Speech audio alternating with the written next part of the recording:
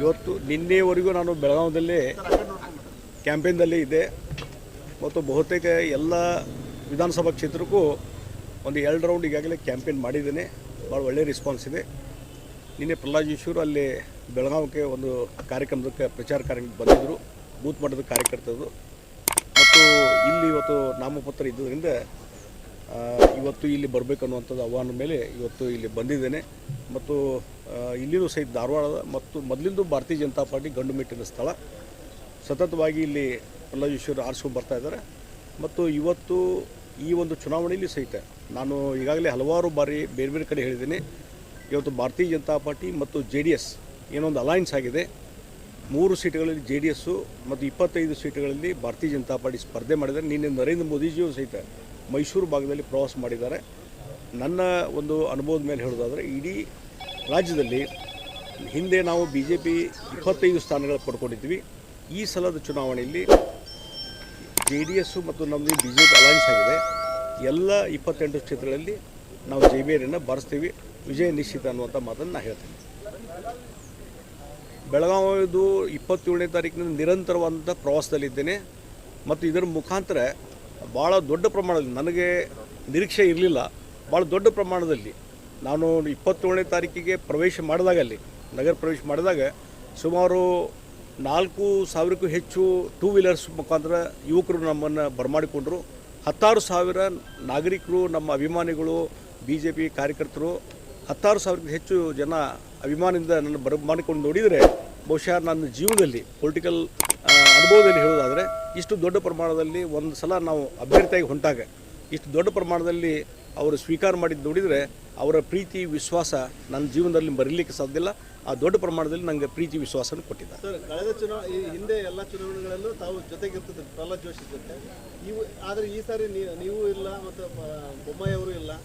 ನೋಡಿ, ಒಬ್ಬೊಬ್ರಿಗೆ ಒಂದು ಜವಾಬ್ದಾರಿ ಕೊಟ್ಟಾಗ ಈಗ ಅದ್ರ ಇಂಪ್ಯಾಕ್ಟ್ ಆಗ್ತದೆ ಅಂತ ಅಲ್ಲ. ಈಗ ನೋಡಿ, ಓವರಾಲ್ ನಾನು ಒಂದೇ ಹೇಳಿದ್ದೀನಲ್ಲ, ಇಡೀ ರಾಜ್ಯದಲ್ಲಿ 28 ಸ್ಥಾನಗಳನ್ನು ನಾವು ಗೆಲ್ತೀವಿ. ಹೀಗಾಗಿ ಮೋದಿಯವರು ಇವತ್ತೇನಾಗಿದೆ ಜನಮಾನಸದಲ್ಲಿ, ನರೇಂದ್ರ ಮೋದಿಜಿಯವರು 10 ವರ್ಷದ ಆಡಳಿತ ನೋಡಿದ್ದಾರೆ ಜನ. ಅವರ ದಕ್ಷ ಆಡಳಿತ, ಒಂದು ಪಾರದರ್ಶಕ ಆಡಳಿತ, ಯಾವುದೇ ಒಂದು ಸ್ಕ್ಯಾಮ್ ಇಲ್ಲ, ಕಪ್ಪು ಚುಕ್ಕಿ ಇಲ್ಲ, ಮತ್ತು ದೇಶದ ಭದ್ರತೆ ಸುಭದ್ರತೆ ಸಲುವಾಗಿ ಜನರು ಶಾಂತಿಯಿಂದ ಇರಬೇಕು ಅನ್ನೋ ದೃಷ್ಟಿಯಿಂದ, ಮತ್ತು ಇಡೀ ಜಗತ್ತಿನಲ್ಲಿ ಭಾರತ ಬಲಾಢ್ಯ ರಾಷ್ಟ್ರ ಆಗಬೇಕನ್ನುವಂಥ ಒಂದು ಬಲಾಢ್ಯ ನಾಯಕತ್ವ ಬೇಕು, ಅದು ಮೋದಿಯವರು ಈಗಾಗಲೇ ಕೊಟ್ಟಿದ್ದಾರೆ. ಹೀಗಾಗಿ ಮತ್ತೊಂದು ಸಲ ಪ್ರಧಾನಮಂತ್ರಿ ಆಗಬೇಕನ್ನುವಂಥ ಇವತ್ತು ಹಿನ್ನೆಲೆಯಲ್ಲಿ ನಾನು ಎಲ್ಲಿ ಹೋಗ್ತೀನಿ, ಯಾವುದೇ ಜಿಲ್ಲೆಯಲ್ಲಿ ಹೋಗಲಿ, ಎಲ್ಲ ಕಡೆಯೂ ಒಂದೇ ಜನರಲ್ಲಿ ಇರುವಂಥದ್ದು ಮೋದಿಯವರು ಮತ್ತೊಂದು ಸಲ ಪ್ರಧಾನಮಂತ್ರಿ ಆಗಬೇಕು. ಈ ಭಾವನೆಯಿಂದ ಇವತ್ತು ಎಲ್ಲ ಕಡೆಯೂ ಭಾರತೀಯ ಜನತಾ ಪಾರ್ಟಿ ಗೆದ್ದು ಬರ್ತೀವಿ. ಲಿಂಗಾಲೇಶ್ವರ ಶ್ರೀಗಳ ಸ್ಪರ್ಧೆ ಏನಾದರೂ ಎಫೆಕ್ಟ್ ಆಗ್ತದೆ? ಇಲ್ಲ, ಇಲ್ಲಿ ನೋಡಿ, ನಾನು ಇವತ್ತೇ ಬಂದಿದ್ದು 27ಕ್ಕೆ ನಿಮ್ಮನ್ನು ಭೇಟಿಯಾಗಿ ಹೋದವ ನಾವು ಬಂದಿದ್ದು ಇಲ್ಲಿ. ಹೀಗಾಗಿ ಅದನ್ನು ಇಲ್ಲಿದ್ದ ಸ್ಥಳೀಯವಾದಂಥ ನಾಯಕರು, ಅಭ್ಯರ್ಥಿಗಳು ಎಲ್ಲರೂ ನೋಡ್ಕೊತಾರೆ. ಸರ್, ನಿಮ್ಮನ್ನು ಹೊರಗಿನವರು ಅಂತ ಟ್ರೀಟ್ ಮಾಡ್ತೀರಲ್ಲಿ? ನೋಡ್ರಿ, ಬಿಗಿನಿಂಗ್ 1-2-3 ದಿವಸ ಇತ್ತು. ಆದರೆ ಇವತ್ತು ನಮ್ಮವನೇ ಅನ್ನುವಂಥ ಒಂದು ಭಾವನೆಯಲ್ಲಿ ಬಂದದ. ಜಗದೀಶ್ ಶೆಟ್ಟರು ಇಲ್ಲಿ ಬರೋದ್ರಿಂದ ಬೆಳಗಾವಿ ಅಭಿವೃದ್ಧಿಗೆ ಹೆಚ್ಚಿನ ರೀತಿ ಕಾಂಟ್ರಿಬ್ಯೂಷನ್ ಆಗ್ತದೆ ಅನ್ನುವಂಥ ಒಂದು ಭಾವನೆ ಜನರಲ್ಲಿ ಬಂದದೆ. ಮತ್ತು ನಮ್ಮನ್ನು ಪ್ರೀತಿ ವಿಶ್ವಾಸದಿಂದ, ನಾನು ಹೇಳಿದಲ್ಲ, ಪ್ರೀತಿ ವಿಶ್ವಾಸದಿಂದ ಎಲ್ಲೆಲ್ಲಿ ನಾವು ಪ್ರವಾಸ, ನಗರದಲ್ಲಿ ಇರ್ಬೋದು, ಅದು ಸವದತ್ತಿಲಿರ್ಬೋದು, ಗೋಕಾಕ್ ಅರ್ಬಾವಿ ಇರ್ಬೋದು, ರಾಮದುರ್ಗ ಇರ್ಬೋದು, ಅದು ಬೈಲೊಂಗಲ್ ಇರ್ಬೋದು, ಬೆಳಗಾವಿ ಗ್ರಾಮಾಂತರ ದೊಡ್ಡ ದೊಡ್ಡ ಸಮಾವೇಶಗಳಾಗಿದ್ದಾವೆ. ಭಾಳ ಒಂದು ಪ್ರೀತಿ ವಿಶ್ವಾಸದಿಂದ ನೋಡ್ಕೊತದ್ದು. ನಾನು ಈಗಾಗಲೇ ಒಂದು ಸಲ ಮಾತಾಡಿದೆ, ನನಗೆ ಹೇಳಿದರು, ಮಾತಾಡಿದೆ. ಅವರು ನನ್ನ ನಿಲುವು ಅಚಲ ಅಂತ ಹೇಳಿದ್ದಾರೆ. ಅದಕ್ಕೆ ನಾನು ಏನು ಹೇಳೋದು ಅವ್ರಿಗೆ ಹೇಳಿದ್ದೇನೆ. ಅವರು ಏನು ಸ್ಟ್ಯಾಂಡ್ ತೊಗೊಂಡಿದ್ದಾರೆ. ಚುನಾವಣೆ ಇದೆ, we have to face it. Yes sir, Kumaraswamy ಅವರು ನೋಡ್ರಿ, ಏನಾಗಿದೆ, ಒಂದು ಇಂಟರ್ಪ್ರಿಟೇಷನ್ನು ಹೆಚ್ಚು ಕಡಿಮೆ ಆಗ್ತವೆ. ಹೀಗಾಗಿ ಆ ಸ್ಟೇಟ್ಮೆಂಟ್ ನಾನು ಈ ಇಲೆಕ್ಷನ್ ಇದರಲ್ಲಿ ಬಿಜೆಪಿಯಿಂದ ಅವರು ಸ್ಪಷ್ಟವಾದಂಥ ಸ್ಟೇಟ್ಮೆಂಟ್ ನೋಡಿಲ್ಲ. ಬಟ್ ಕೆಲವೊಮ್ಮೆ ಇಂಟರ್ಪ್ರಿಟೇಷನ್ ಅವರೇ ಅದಕ್ಕೆ ಸ್ಪಷ್ಟೀಕರಣ ಕೊಟ್ಟಿದ್ದಾರೆ.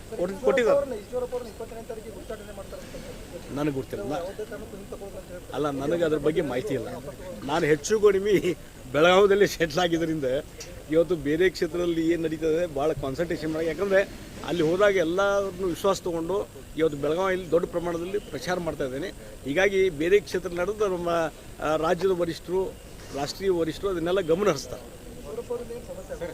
ನಮಸ್ಕಾರ.